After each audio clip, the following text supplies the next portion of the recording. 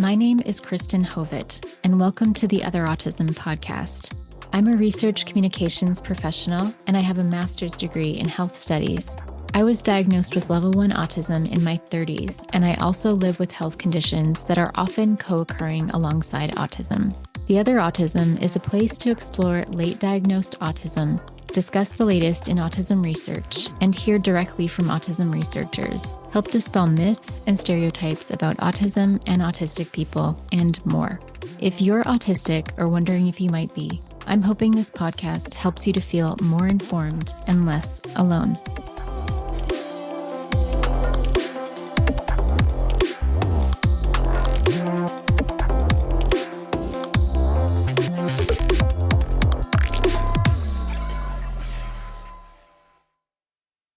Hello, and welcome to Season 3. I realize I was only going to take a couple of weeks off between seasons, but here we are. It's July. I've literally had zero time between work and school and volunteering and life stuff. And I also decided to put out a survey to ensure I'm on the right track for this season. That survey was prompted autism style by a night of insomnia, where my brain decided to outline all the possible ways that this podcast might suck or annoy listeners. But before I give a brief overview of the survey results, I wanted to share some updates. Between seasons, I completed some major assignments for this semester of my Master of Health Studies degree. It's my second to last semester and also happens to be the heaviest semester of my program. I also moved to the interior of my province. I'm in British Columbia, Canada, and everyone who's not from Canada seems to think the moment you cross the line from the US into Canada, it's all snow and polar bears. Well, I've never seen a polar bear in my life. At least I don't think I have. Maybe in a zoo, not sure. And the south of British Columbia, especially near the coast, is quite temperate, and summers are generally far hotter than even many areas in California that I've spent lots of time in, like San Francisco. Where I am now in the interior, in the Okanagan, it's actually considered a desert climate. And some days are on par with Scottsdale, Arizona, where I spent part of my childhood. Super hot in the summer. However, unlike most of Arizona, it's cold and snowy in the winter. So there's some cool seasons going on. You still get that change in season. I actually took some archaeology classes in university and learned that this area was once a jungle. True story, and there are many dinosaur and jungly plant fossils to prove it. Okay, so the survey. I laughed out loud at the results for the music question in particular, which was, do you think the intro music, typically played after the "Today We're Talking About" announcement, should be kept the same length, shortened, lengthened, or removed? About half of you want me to keep the introductory music as is, while about half of you want me to reduce or remove it. Then there are about 5% of you who want more of that music, as in you want that section lengthened. All told, I'm going to err on the side of caution and remove that extra music so as not to annoy around half of you. I'm clearly jonesing for music in my life, and so I've actually started another project altogether that involves music. More on that sometime later, although half of you probably don't care. So in terms of other survey results, almost all of you like equally the interview episodes and the lecture episodes where it's just me talking. So I'm going to continue as is in that department. This season does start out with a few back-to-back interview episodes. At least that's what I have planned.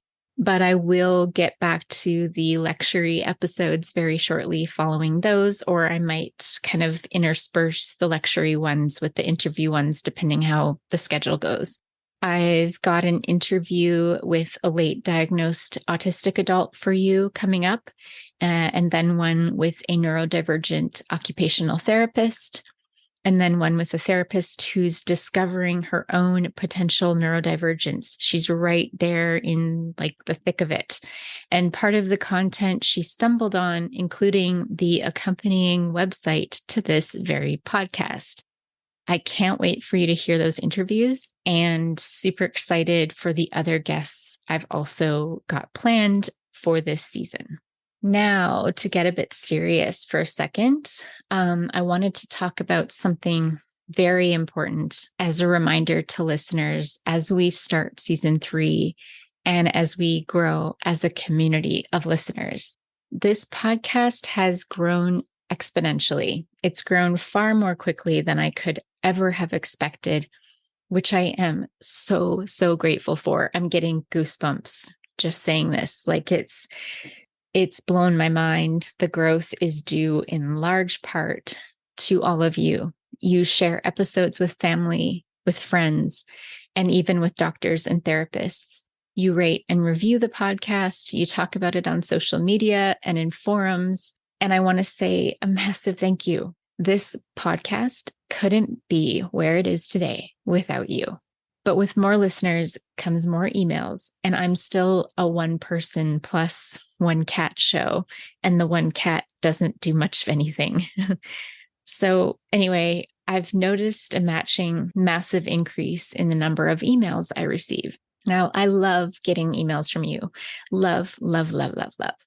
I would say most of you write in to say thank you, to share a bit of your own story, to tell me the ways that the podcast has helped you. And I am moved to tears very, very often. You also send in questions or topics you'd like to see covered in future episodes. So a lot of what I talk about here, even the guests that I bring on, are often inspired directly from the emails that I compile and save and take notes on. But I've also noticed an increase in emails asking for direct advice and even help. And sometimes the tone is urgent, where it's clear the individual writing to me is in full-blown crisis mode. I wanted to let you know that I'm deeply impacted by these emails and feel very strongly that I wish I could do something to make things better for you. Something more than just sending an email with some links or some suggestions that I have, off the top of my head. I wanted to say that I've been where you are more times than I can count. And please know that I'm reading and hearing you. However, I wanted to remind listeners that I'm not a mental health practitioner. For this reason, I cannot give mental health help or advice. I can give you links to other places you can go to seek those things, but I'm no longer, it's just not something I can do anymore, just given the volume. I'm no longer able to even reply to a lot of the emails when it comes to folks asking for help. I get also a lot of emails asking for recommendations on who to see for assessments or therapy or general advice in that department. Please understand that if I continue to do this, it could very well become a full-time job for my own health and well-being and for the longevity of this podcast. As one person writing and producing it on top of having a full-time job and being in school, I simply cannot continue to do this at this time. I do, however, continue to read and save every single email I receive. I treasure these and take every word to heart. Like I said before, your emails are building this podcast every step of the way. If you'd find it helpful, please let me know. You can do so through email. Link is in the show notes, or through Instagram. If you find this helpful, I could put a post on my website about who diagnosed me and some general high-level advice when seeking an adult assessment. Otherwise, you can find this information spread throughout earlier episodes of this podcast, either content about my own experience or the experiences that many of my guests share. And you can also turn to searching online or visiting forums, where sometimes the information is broken down regionally, where you can go and search forum posts by place. Due to changes brought about by COVID, many psychologists who conduct autism assessments are still providing assessments virtually. So definitely take advantage of this. Keep in mind, however, that generally speaking, as far as I know, in most places in the world, the assessor will need to be licensed in your province or state if you want the diagnosis to be official and recognized by your state or provincial government. Also, a word about the Instagram account that goes along with this podcast. It's called Otherautism Podcast, all one word. Thank you to those who followed.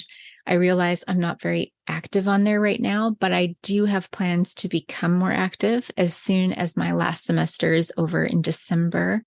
I will have a bit more time, and I have lots of ideas for reels and other content. Adorably, in the survey, someone asked to hear from my cat, Toby, more often. So I'll see what I can do there. He's not always a willing participant, and sometimes he's way too involved. I'll try to strike a balance with my co-host, Toby Tobias Toberton, the first and only. Someone also suggested that I include transcripts with each episode. I actually have been including transcripts, and you can find those on Buzzsprout. The link to the Buzzsprout website for the Other Autism will be in the show notes. I also wanted to thank the newest sponsors of the show, Suzanne, Heath, and Carolyn. Thank you so, so much. And if you would like to become a sponsor yourself and help keep this podcast going and growing, there are links in the show notes that say support the show or become a supporter of the show for as little as $3 a month. Okay, now to get to the non-monogamy part of this episode. No, the title was not clickbait. I'm really going to talk about non-monogamy. This topic came from both listener suggestions and from me listening to an episode called Neurodivergence and Sex with Taliesin Switch from the Neurodivergent Women podcast. I listened to this episode between the break between season 2 and 3. And in this episode, they mentioned that autistic and other neurodivergent folks make up a huge portion, if not a majority, of non-monogamous or polyamorous communities. My ears perked up when I heard this, so I decided to do some digging. And indeed, it is as they say.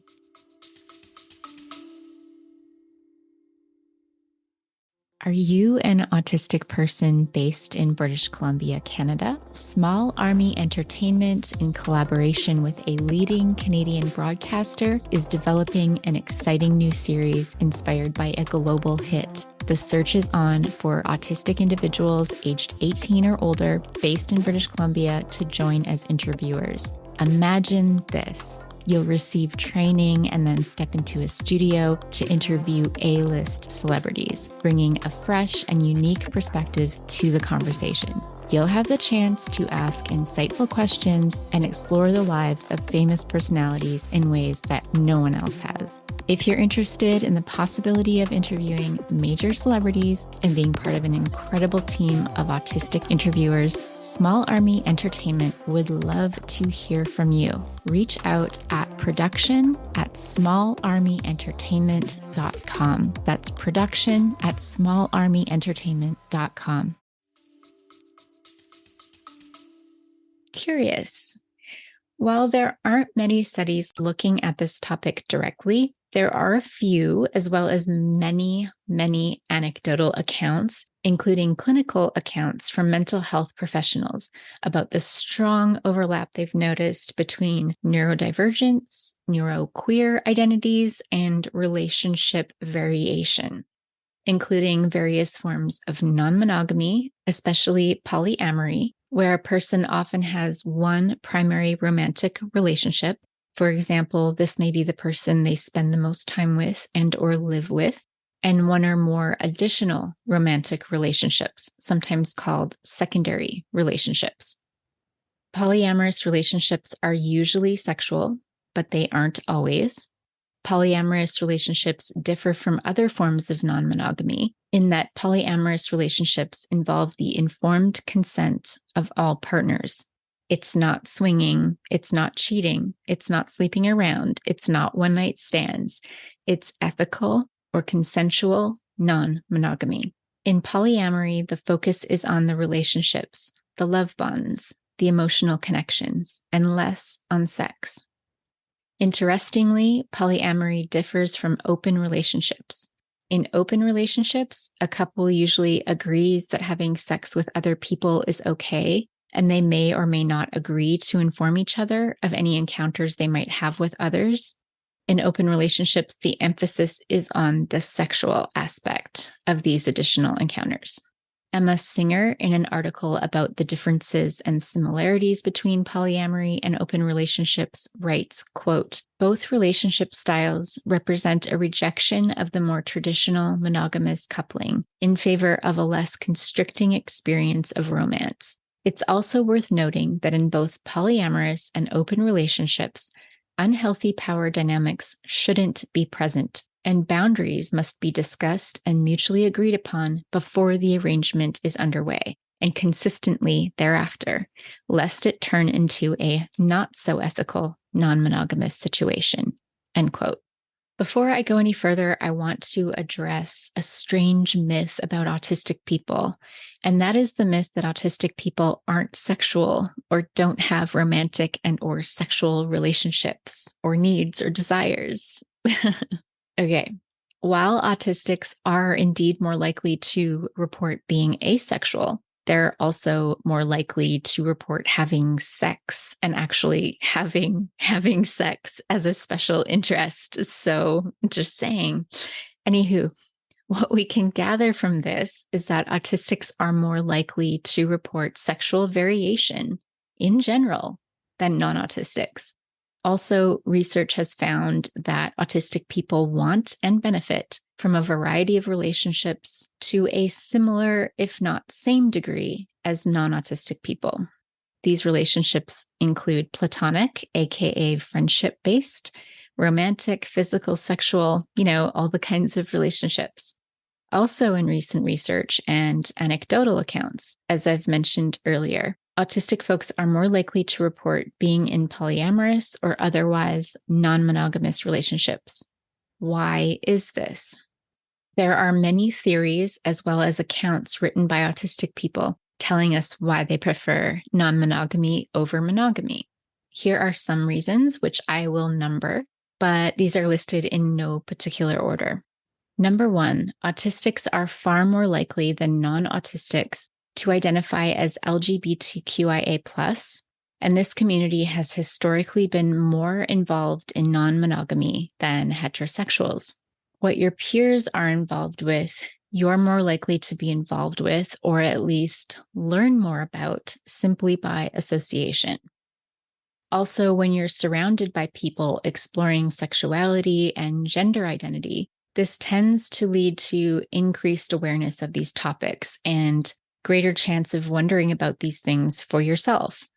Number two, autistics, especially female autistics, some experts have noted, tend to be more likely to stay in long-term relationships that no longer serve them. And so non-monogamy for some of these folks becomes a way to explore new relationships and new romantic or sexual connections outside of their primary relationship, which they may retain because that's what they know and are comfortable with, and or as a way to avoid causing pain to their primary partner. I can definitely relate to this one. More on that later. Number three, many of those who prefer non-monogamy state that they love having autonomy over their living space and full control of their schedule. They prefer to come and go as they please, so not having one partner or being a secondary partner is conducive to this type of lifestyle, or at least tends to be. Number four, autistic folks are more likely to challenge societal conventions in general than non-autistic folks. And of course, that includes relationship conventions. This seems built into our DNA in many ways, to question conventions, to challenge the conventions of society just in all different facets, all different levels and ways. It just seems like how our brains work. I don't know. Also, ethical or consensual non-monogamy involves a series of agreements and clear expectations, making such arrangements comforting and very in line with how our brains tend to work. It should be noted in all this that being autistic doesn't mean the person's automatically into non-monogamy. We're just as diverse and as varied as non-autistics, maybe even more so. So you really can't build any preconceived ideas just from knowing our neurotype. I want to read a quote from Leanne Yao, a polyamorous autistic person. She writes, quote, "Being autistic benefits my polyamory, and being polyamorous benefits my autism. I love and embrace both identities and see them as inherently tied. I also see my autism as tied to my queerness. Gender, like monogamy, was a concept that never really made sense to me, and I was more than willing to throw the traditional societal scripts out the window so I could write my own. The queer and polyamorous communities both embrace being unconventional in a way that gives me a sense of belonging. I feel most at home among other groups that are frequently ostracized by society," unquote. From my own experience as a late diagnosed autistic bisexual femme, yes, the people I hung out with in high school and in adulthood have been more likely to have these non-monogamous ideals. Not all of them, but several of them. This simply meant that I learned more about non-monogamy and polyamory, perhaps much earlier than my non-neurodivergent peers and friends. I was reading books about non-monogamy about a decade before non-monogamy and polyamory hit the popular press or was big in the news. But apart from a few, shall we say, experimental phases in my 20s, I have been pretty staunchly monogamous. I have a conservative, evangelical, bordering on fundamentalist Christian past, so it was very hard for me to both embrace my sexual identity and any non-monogamous relationship variations. I really, really had to study and think hard about it. As a little Christian girl growing up in the Bible Belts and then moving to Canada and instantly getting involved in a church, I got married when I was 19 to my church's worship pastor. And then I started reading all kinds of things and thinking very deeply and conversing with a wide array of people from many walks of life. And this led to starting to question a lot of the ideals, beliefs, and general worldview that I was raised with. Oddly enough, one of the books that had the biggest impact on me was The Letters of Abelard and Eloise, real letters between a 12th century French theologian and philosopher, Peter Abelard, and his pupil, Eloise. Both members of the Catholic Church, they eventually had a secret love affair and a secret baby, and eventually got married in secret. But the two were not comfortable with the whole marriage thing. And Peter's family found out about the whole thing and castrated him and forced him to become a monk. You think Romeo and Juliet was tragic. I mean, read Abelard and Eloise. Anyway, I was super moved by pretty much anything Eloise wrote in particular.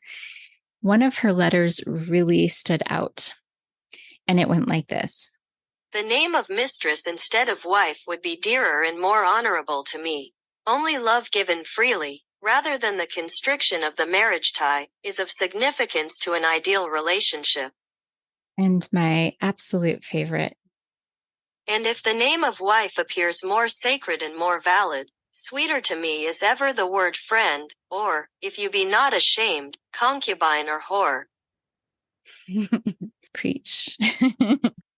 Anyway, so 19 and 20-year-old me, already married, accosting myself daily with the letters of some medieval horn dogs, which were ripping the proverbial carpet right out from beneath me in terms of the epistemological foundations upon which all of my beliefs were built. Add in some other philosophy. I mean, I started reading Nietzsche. I was reading all kinds of things, but I remember staring at my beautiful, sparkling wedding ring, latched tightly on my ring finger, and thinking, dang it, I'm some owned thing. I'm a wife.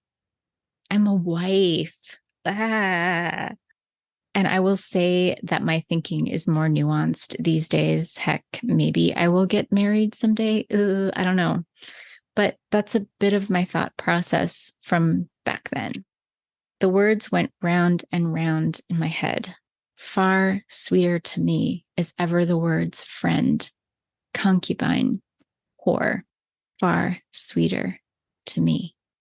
I think the letters of Abelard and Eloise were so impactful, not only because of how they were written and the incredible story they told, but because I had a lot of the same beliefs then that they had back in the 12th century.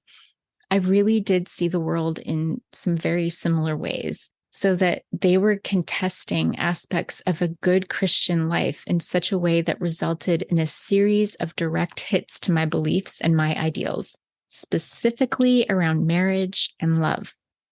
I took it all very seriously.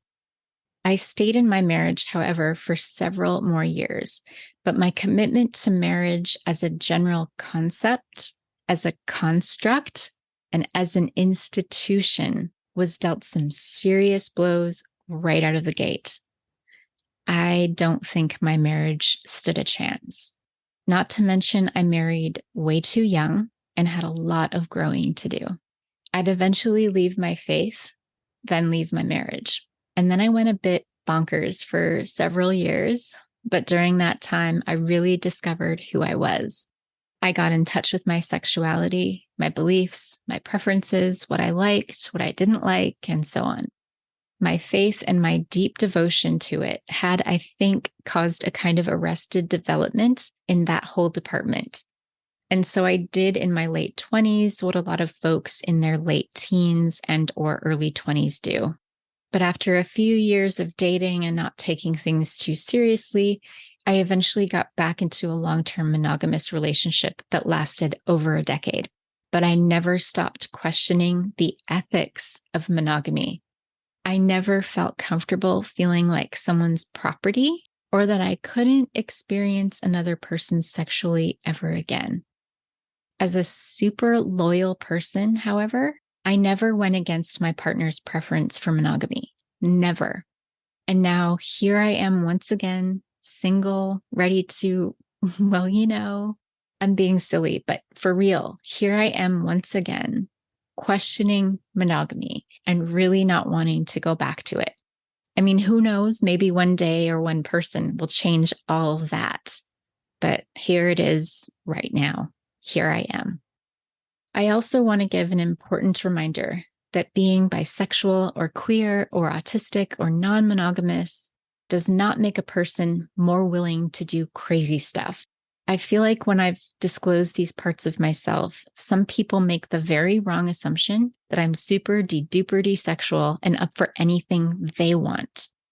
Nothing could be further from the truth. I mean, perhaps I'm more in touch with my sexuality than the average Joe, but I'm very discerning. I have very specific tastes, and I'm very picky.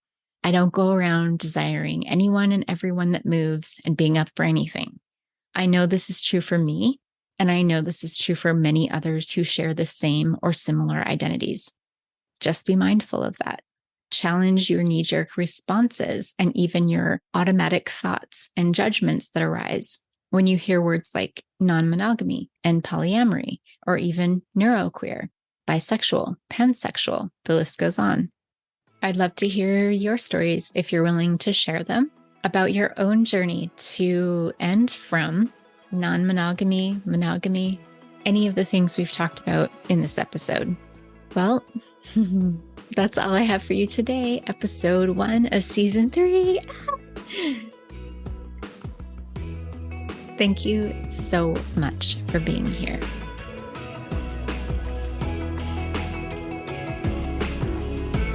Until next time.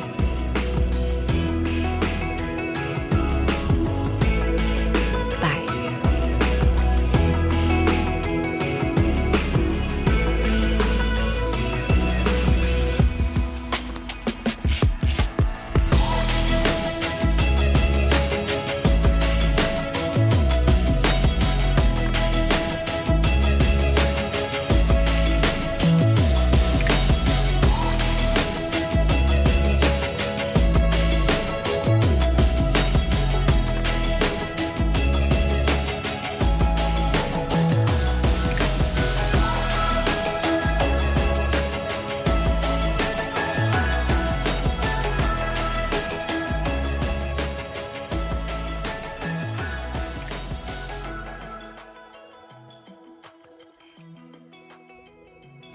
Where's your cookie? Where's the cookie? Is it in here?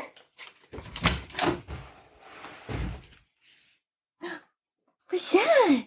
What's this?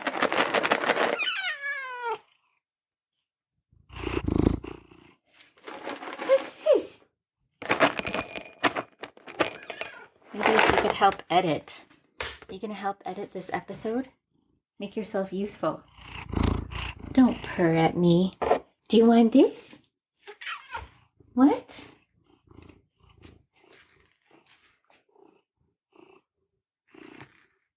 What do you say?